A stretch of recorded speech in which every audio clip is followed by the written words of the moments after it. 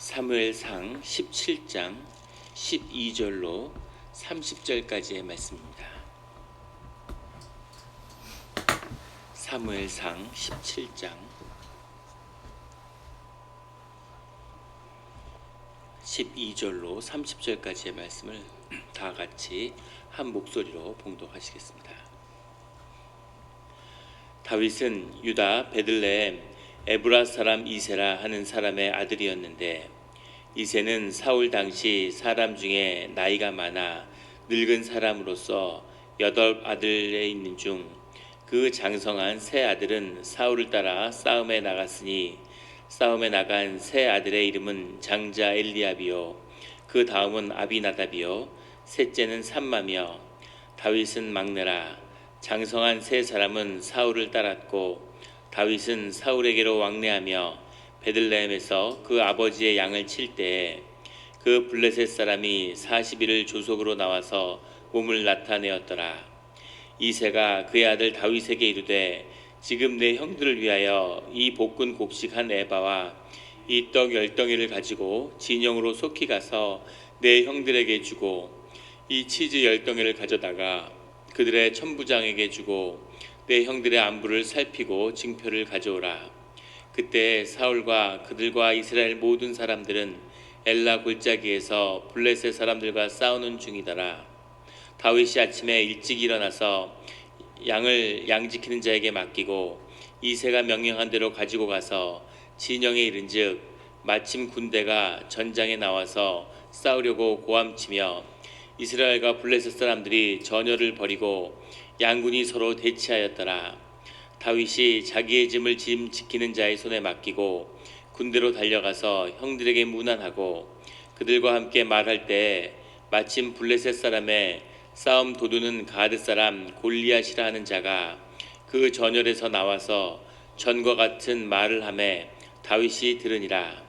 이스라엘 모든 사람이 그 사람을 보고 심히 두려워하여 그 앞에서 도망하며, 이스라엘 사람들이 이르되, 너희가 이 올라온 사람을 보았느냐? 참으로 이스라엘을 모욕하러 왔도다. 그를 죽이는 사람은 왕이 많은 재물로 부하게 하고 그의 딸을 그에게 주고 그 아버지의 집을 이스라엘 중에서 세금을 면제하게 하시리라.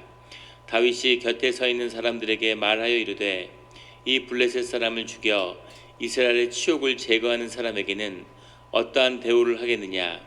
이 할례 받지 않은 블레셋 사람이 누구이기에 살아계시는 하나님의 군대를 모욕하겠느냐? 백성이 전과 같이 말하여 이르되, 그를 죽이는 사람에게는 이러이러하게 하시리라 하니라. 큰형 엘리압이 다윗의 사람들에게 하는 말을 들은지라. 그가 다윗에게 노를 바라여 이르되, 내가 어찌하여 이리로 내려왔느냐? 들에 있는 양들을 누구에게 맡겼느냐? 나는 내 교만과 내 마음의 완악함을 아노니 내가 전쟁을 구경하러 왔도다. 다윗이 이르되, 내가 무엇을 하였나이까? 어찌 이유가 없으리이까? 하고 돌아서서 다른 사람을 향하여 전과 같이 말하매 백성이 전과 같이 대답하니라. 아멘. 다 같이 묵상 기도를 드리겠습니다.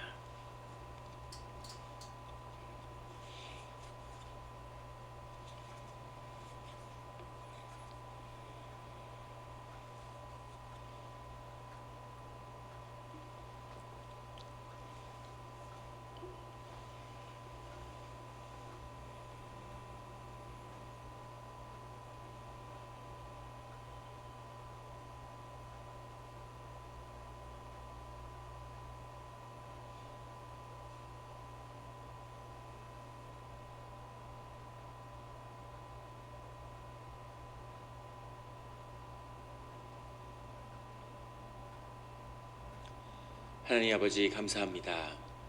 주의 음성을 듣고자 저희가 새벽 제단 앞에 모였습니다. 우리 마음의 기도와 우리 마음의 묵상이 주님께 연락되기를 원합니다. 감사드리며 예수 그리스도 이름으로 기도드렸습니다. 아멘. 오늘 새벽 기도 본문 사무엘상 17장 12절은 이렇게 시작하고 있습니다. 다윗은 유다의 베들레헴 에브라 사람 이세라는 사람의 아들이었는데, 이세는 사울 당시 사람 중에 나이가 많아 늙은 사람으로서 8 아들이 있는 중 그 장성한 세 아들은 사울을 따라 싸움에 나갔으니, 다윗은 8 아들 중에 막내였는데 그 8 아들 중에서 3명이 지금 전쟁터에 징집돼서 나가 있다는 겁니다. 이세도 나가야 했지만 아버지 이세는 이제 나이가 많아서 군에 징집되지 않고 그의 아들 셋만 나가 있다는 거죠. 그 3아들에게 아버지가 다윗을 보내서 식량을 조달하려고 하는 거죠.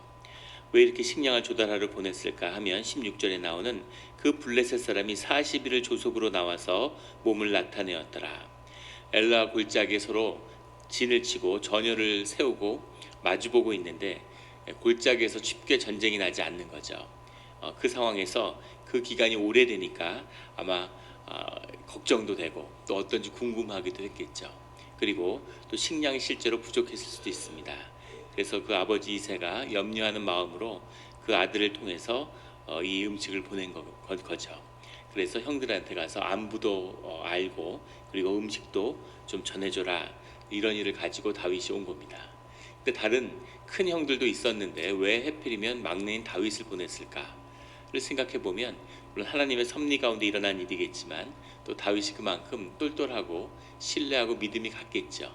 얘는 우리 아들이 여럿 있어도 얘한테 맡기면 얘는 틀림없다, 똑똑하게 그 일을 하겠다, 이제 그런 아들이 있는 거죠.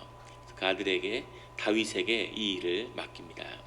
17절에 보면 이새가 그의 아들 다윗에게 이르되 지금 내 형들을 위하여 이 볶은 곡식 한 에바와 이 떡 10덩이를 가지고 진영으로 속히 가서 내 형들에게 주고, 18절에 이 치즈 10덩이를 가져다가 그들의 천부장에게 주고 내 형들의 안부를 살피고, 치즈라고 하는 것은 할라브라는 말인데 요즘 우리가 먹는 그런 치즈가 아니라 우유를 고형으로 고체로 만들어서 딱딱히 굳힌 거죠. 이것이 더 발효되면 치즈로 발전이 뒤에 되지만 이 시대에는 사실은 아직 치즈를 발효 음식에 대한 깊은 이해는 없었고 우유를 고체로 만들어서 그렇게 가져갔다는 겁니다. 그 내 형들의 안부를 살피고 증표를 가져와라 라고 할 때 증표를 가져온다는 건 무엇이었을까? 지금 직접 형들을 보는 것이 아니라 천부장에게 안부를 묻는 거죠. 그리고 형들이 잘 있다고 하는 편지를 받아서 그 편지를 들고 아버지에게 전해주는, 그것이 증표였을 거라고 우리가 짐작할 수 있겠습니다. 그 일을 위해서 사울이 전쟁터에 다윗이 온 거죠. 원래 사울에게 부름을 받아서 왕국에 들어갔었는데 왜 다시 다윗은 양을 치러 고향에 내려갔을까? 이 수금을 연주하고 악령이 났고 전쟁이 이렇게 형태가 좋아지니까 이제 다윗이 더 이상 왕궁에 머무를 이유가 없어서 돌려보냈을 수 있습니다. 그리고 또 이 블레셋과의 전쟁이 나고 상황이 어렵게 돌아가니까 왕궁에 머물 수가 없었겠죠. 그런 여러 가지 이유가 있었을 텐데 사울이 이 40일 동안 대치하고 있는데도 이 문제를 풀지 못하고 어려워하고 있는 거죠.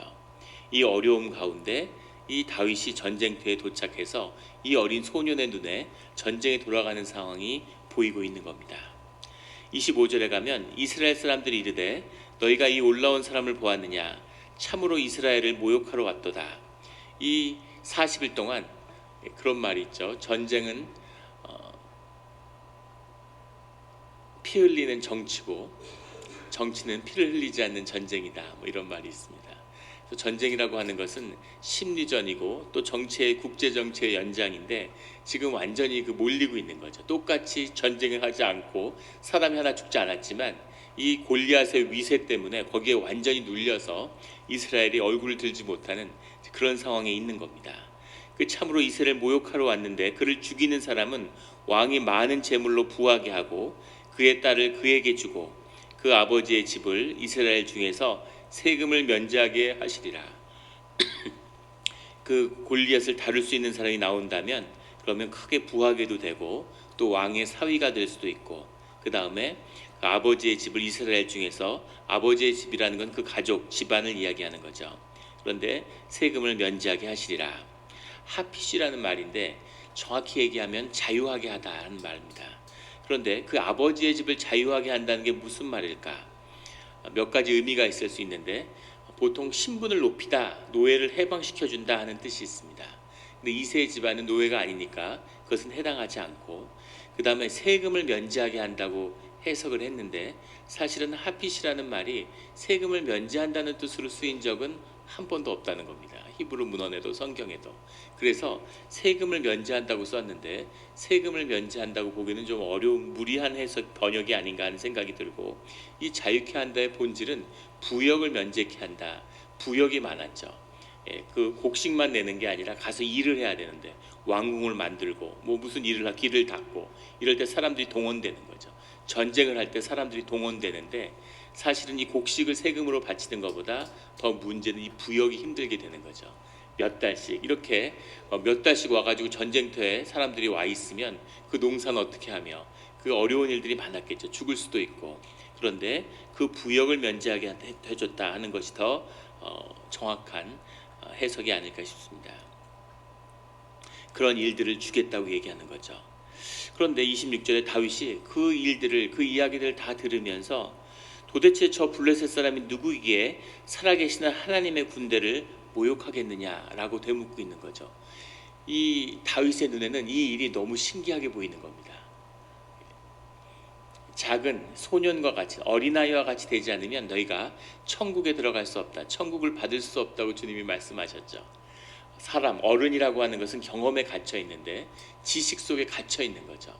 지식이라고 하는 것은 자신의 감수성이라고 하는 것이 경험과 만났을 때 그것이 우리의 지식이 되는 거죠. 데이터가 되는 겁니다. 그런데 그 감수성이라는 것은 사람마다 다 다른 거죠. 우리가 기도를 하면서, 우리가 찬양을 하면서 우리의 감수성이 개발되죠. 이 감수성이 커지면, 감수성이 새로워지면 똑같은 세상 같지만 세상 만물을 그대로 보는 것이 아니라 더 새로운 세상을 경험하게 되는 거죠. 그래서 새로운 지식으로 세상을 바라보게 되는 겁니다. 세상이 뻔해 보이는 것은 내 지식과 경험 안에 갇혀 있기 때문이에요. 내가 그 의식 안에 뻔한 세상, 뻔한 지식 안에 뻔하게 살아온 삶 가운데 갇혀 있기 때문인 거죠. 그런데 그 지식의 경험이 이 아이에게는 없다는 겁니다. 이 소년에게는 그런 이스라엘의 지식이, 그 등치와 그 블레셋 사람을 보고 느끼는 공포가 이 다윗에게는 전혀 없는 거죠. 역대왕, 열왕기 이런 것을 읽어봐도 이스라엘의 왕의 치세 40년, 아무아묵의 사사는 40년을 사사로 있었더라, 이렇게 한 줄로 정리되는데 이 한 사건, 이 수많은 전쟁에서 블레셋의 장수 하나를 소년이 물맷돌을 던져서 잡은 이 이야기가 뭘 그렇게 큰 이야기이길래 이것을 이렇게 길게 오랜 시간에 걸쳐서 기록했을까? 이것은 주님 안에서 성경에서 굉장히 중요하고 의미가 있는 사건이기 때문인 거죠. 성경은 역사를 기록은 하지만 그것은 주님이 보는 시간의 이야기입니다. 주님 안에서 기억돼야 하는, 순서도 아니고 연대기도 아니고 그 안에 주님이 기록해야 할 주님의 사건을 보여주는 거죠. 이것이 다윗의 사건이 왜 이렇게 중요하게 기록되고 또 하나님의 사람들이 이것을 보고 배워야 하는 그 이유가 이 안에 숨어 있는 거죠. 사람들은 보기에 블레셋이 대단하고 정말 이 골리앗은 정말 대단하고, 와, 이건 도저히 상대가 안 돼, 아무도 이스라엘 전체에서 나설 사람이 없는데, 그런데 이 소년 다윗의 눈에는 이 모든 것이 신기한 거죠.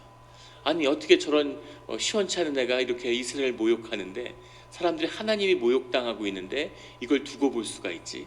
어떻게 골리앗이 나와서 저러고 있는데 아무도 나서질 않지? 너무 신기한 거죠. 어떻게 이런 일을 위해서 왕이 재물을 주고 부역을 면제하고 사위를 삼가주겠다고 이렇게 얘기를 하는데 그게 정말입니까? 여기 3번에 걸쳐서 그 이야기를 물어보고 있어요. 다윗의 눈에는 이 일이 너무 신기한 거죠. 어떻게 이런 조그만 일에 이렇게 큰 상급이 걸릴 수가 있을까? 이게 말이 돼? 이러고 또 물어보고 사람들에게 또 물어보고 또 물어보는데 그걸 형이 듣고 열이 받은 겁니다. 28절에 보면 큰형 엘리압이 다윗에게 노를 바라여 이르되, 형은 왜 이렇게 노를 바랬을까요? 내가 어찌하여 이리로 내려왔느냐? 들에 있는 양들을 누구에게 맡겼느냐? 너는 양을 쳐야 되는데 왜 전쟁터에 나와서 조그만 게 이렇게 까불고 있느냐고 화를 내는 거죠. 자기 음식을 갖다 주고 자기 안부를 물으러 왔는데 동생을 이렇게 반기고 반가워해야 되는데 그래도 화를 내고 있어요. 자기 안에 수치심을 자극한 거죠. 어떻게 저런 골리앗 같은 사람 그냥 두고 볼 수가 있습니까? 라는 모든 말에 사실 이스라엘 모든 사람이 수치감을 느끼고 있는 거죠. 안에 수치감이 자극되니까 화를 내는 겁니다. 이것이 인간의 모습이죠. 나는 내 교만과 내 마음의 완악함을 아노니 내가 전쟁을 구경하러 구경하러 왔도다 이렇게 이야기하고 있는데, 앞에 있는 내 교만은 그 앞에 있는 양들을 누구에게 맡겼느냐 하는 얘기죠. 너는 양을 쳐야 되는 사람인데 어디 교만하게 양을 쳐야 될 녀석이 와서 전쟁이 어떻고 상황이 어떻고 이런 걸 물어보고 있느냐 하는 얘기고, 뒤에 있는 마음의 완악함이라는 것은 내가 전쟁을 구경하러 왔도다 하는 얘기인 거죠. 전쟁을 어떻게 보러 와서 피 흘리고 사람이 죽여가는 것을 보고 싶어하는 이 완악함이 우리 인간 안에 있죠.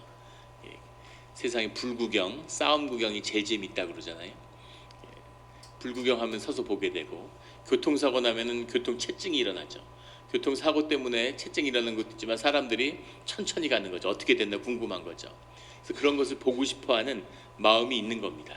네가 거기 그러고 있는 것은 전쟁을 보고 싶어서 온 게 아니냐, 너가 양치는 것밖에 네가 할 수 있는 일이 더 있느냐라고 형이 화를 내고 있는 겁니다. 그런데 다윗은 도대체 내가 무엇을 하였나이까, 내가 뭘 잘못했습니까? 라고 되묻고 있는 거죠. 무슨 엘리압이 다윗의 마음을 다 헤아려서 알겠어요. 다윗이 보기에는 형도 이해가 안 되고 이스라엘 사람도 이해가 안 되고 사울도 이해가 안 되는 거죠. 저렇게 40일 동안 하나님을 나와서 모욕하고 있는데, 아침 저녁으로 나와서 계속 가서 모욕하고 있는데 저걸 왜 저렇게 내버려 두고 사람들은 도대체 뭘 두려워하는 건지 신기하지 않습니까? 사람들은 너무 두렵고 두려움에 떨고 대적할 엄두도 내지 못하는 건데, 그런데 다윗이 보기에는 아무것도 아닌데, 저건 돌 하나 던지면 끝나는 건데 왜 사람들은 이걸 두려워하지? 이렇게 생각하는 거죠. 세상에 도저히 될 수 없을 것 같은 것, 그것을 보는 자가 세상을 바꾸는 거죠. 이 깊은 감수성, 또 보기만 하지만 행동으로 옮길 수 없는데 그래서 행동으로 옮기는 자가 하나님의 일을 이뤄내는 겁니다. 너무 돈을 사업을 해서 크게 잘된 분들의 얘기를 들어보면 참 재미있죠. 너무 뻔하고 이거는 될 수밖에 없는 건데 아무도 그걸 보지 못하는 거죠. 너무나 쉽게 그 일을 했다고 이야기해요.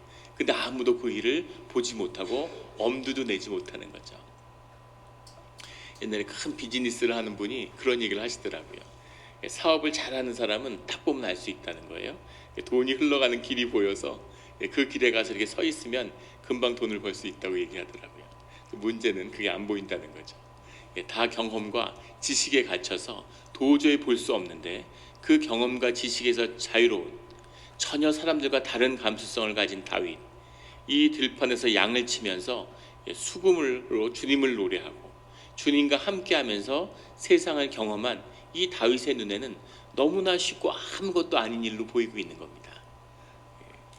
다윗이 우리도 마찬가지죠. 주님 안에서 기도하고 주님에서 확신을 얻고 하나님이 보여주시는 길을 보고 아 이거구나, 이런 것을 봐야 되는 거죠. 이것이 우리가 기도하는 뜻이고 하나님께 구하는 그 뜻입니다. 그렇게 분명히 보이는 거예요. 저녁이 되면 하루를 돌아보고 머리가 복잡한 거죠. 이걸까 저걸까, 이렇게 해야 되나 저렇게 해야 되나, 너무 근심이 되고 여러 가지로 번민이 되는 거죠. 자고 나서 새벽에 나와서 기도의 자리에 앉았는데 정말 신기한 거죠. 왜 그런 문제를 고민했을까? 너무나 선명하고 너무나 명확한 거예요. 문제 될 것도 없고 아무 일도 아닌 겁니다. 근데 어떻게 이런 일을 가지고 어제 저녁에는 근심을 했을까? 이렇게 되는 거죠. 이것처럼 이 다윗의 눈으로, 이 하나님의 눈으로 세상을 바라보는 이것이 주의 자녀의 그 심령의 비밀인 거죠. 이 작은 소년의 비밀, 이 다윗의 비밀이 오늘 우리 기도의 자리에서, 우리의 삶의 자리에서 풀리는 그런 능력 있는 이 새벽 제단이 되기를 예수 그리스도의 이름으로 축원합니다. 같이 기도드리겠습니다. 하나님 아버지 감사합니다. 우리가 세상의 온갖 편견 속에 묶여 살아가고 있습니다. 나이가 이제 많아서 안 되고, 가진 돈이 없어서 안 되고, 배운 게 없어서 안 되고, 기술이 없어서 안 되고, 세상에서 이래서 안 되고 저래서 안 된다는 얘기를 수도 없이 들었습니다.